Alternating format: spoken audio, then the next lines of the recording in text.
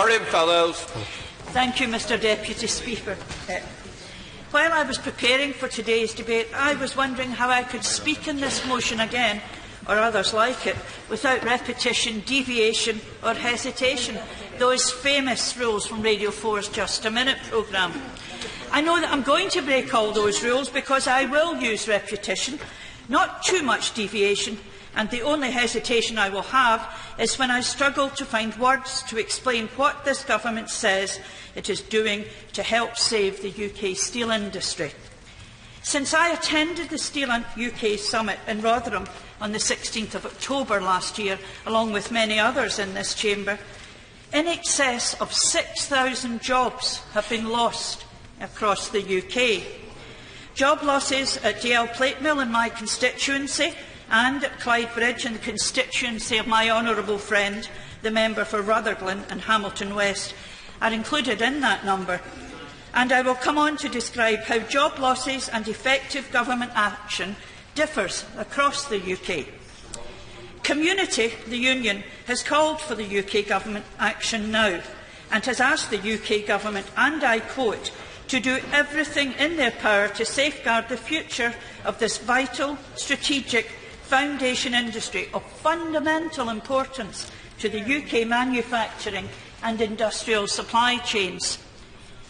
They have, along with UK Steel and Eurofair, challenged this government to come out positively for the scrapping of the lesser duty rule, which inhibits the rate of duty which can be imposed on Chinese dumped steel. It is hypocritical in the extreme for this government to vote for anti-dumping measures on one hand and to fight to retain the lesser duty rule on the other.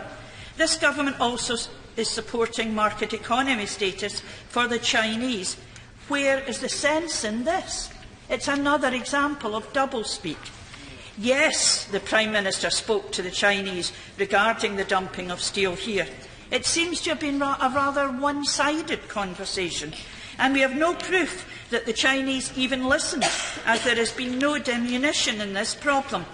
It's no secret that this government needs Chinese money to build nuclear power stations. Is this what's uppermost in their minds? It is time that this government put UK manufacturing interests first. The Chancellor has already trailblazed further austerity coming down the track. The place he chose to make this announcement? Shanghai. When pushed, this government has pointed to the 5 asks which were put forward at the UK Steel Summit and has indeed made progress on some of them. Yes, it has managed to get agreement from Europe to implement the energy-intensive industries package ahead of April 2016. But this is very limited help for this current financial year. As far as anti-dumping measures are concerned, as I've already explained, this government is in two minds about this, according to industry leaders. There has been no movement regarding competitive business rates for larger manufacturers, and given the Chancellor's announcement on further austerity measures, it's difficult to see how and when this will happen. There has also been movement on gold-plating EU regulations, but this has had minimal effect so far. Progress has been made on procurement guidelines, but this is going to affect future infrastructure projects and is not helping the UK steel industry at present. We are in dire times. Certainly. I fear it's not really been given way, and I was brought up at Harthill in Lanarkshire near Ravenscraig, and I've seen the scars that still exist in those communities, 20-odd years afterwards. Does she agree with me that we need to take very specific action if we're going to prevent those scars in other communities? I absolutely agree with the honourable member. Ravenscraig, the former Ravenscraig site, is in the centre of my constituency. I go through it on almost a weekly basis, and it is still scarred, and it is still a monument to what happens when steel businesses close down.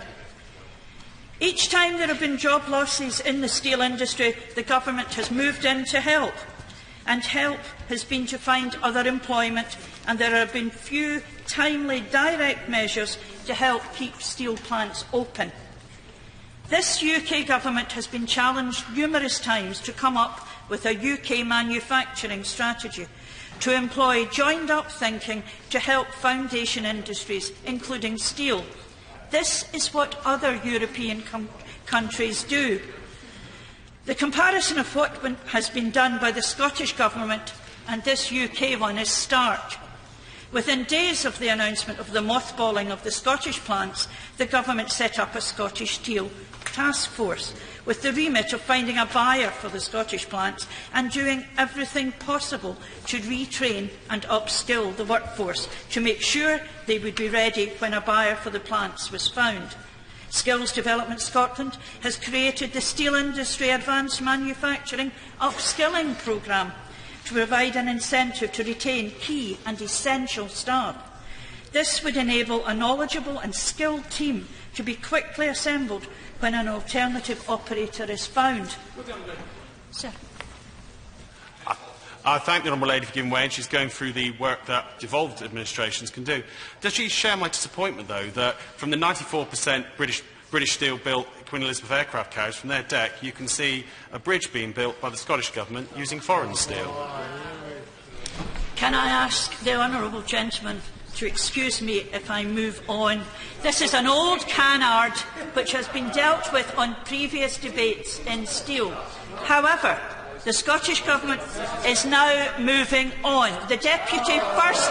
I'll move on with my speech, if I may. If the Minister opposite would stop chuntering from a sedentary position. I think I have that correct. The Deputy First Minister and Cabinet Secretary for Finance, Constitution and Economy laid the snappily titled 2016 number 120, Rating and Valuation the Non-Domestic Rates, Steel Sites Scotland Regulations, 2016 on 24th of February, coming into force on the 1st of April.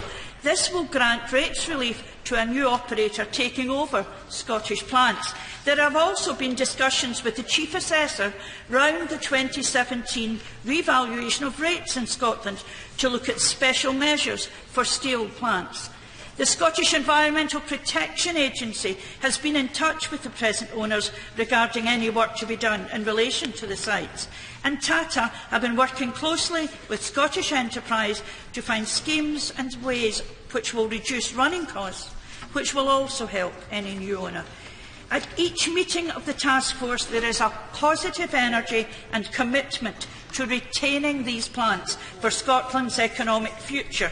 On 15 February this year, the Scottish Government launched its paper, A Manufacturing Future for Scotland, laying out its future vision for the Scottish manufacturing sector. I recommend it. It's a great read. A positive, forward-looking document showing the Scottish Government's commitment to manufacturing. To quote, the action plan is based on a commitment to raising productivity through increased investment and innovation and joined-up thinking, and a roadmap to future success for Scottish industry. As part of this, the Scottish Government has established a joint centre of excellence for manufacturing and skills academy. The Scottish Government has shown what is severely lacking here at Westminster, a strong political will to help the steel sector and other manufacturing industries to boost inclusive growth and exports. The UK Government is so busy with its hands-off approach to vital foundation industries that its mantra of the UK being a world player is at serious risk. This is the country that wants to strut the world stage, but if it is not careful, it will lag so far behind in manufacturing that it won't be able to manufacture the necessities its citizens will need. Can I ask that this Government look seriously at the mixed messages it is sending out to get behind the scrapping of the lesser duty rule, to steer away from giving China market economic status, to start investing in foundation industries in the UK. We need to spend more on industry and less on bailing out bankers. In closing, Mr Speaker, can I just say that another reference to a Radio 4 comedy programme springs to mind? regarding this government's policies on steel and other manufacturing? It's my favourite programme, quite right. I'm sorry, I haven't a clue.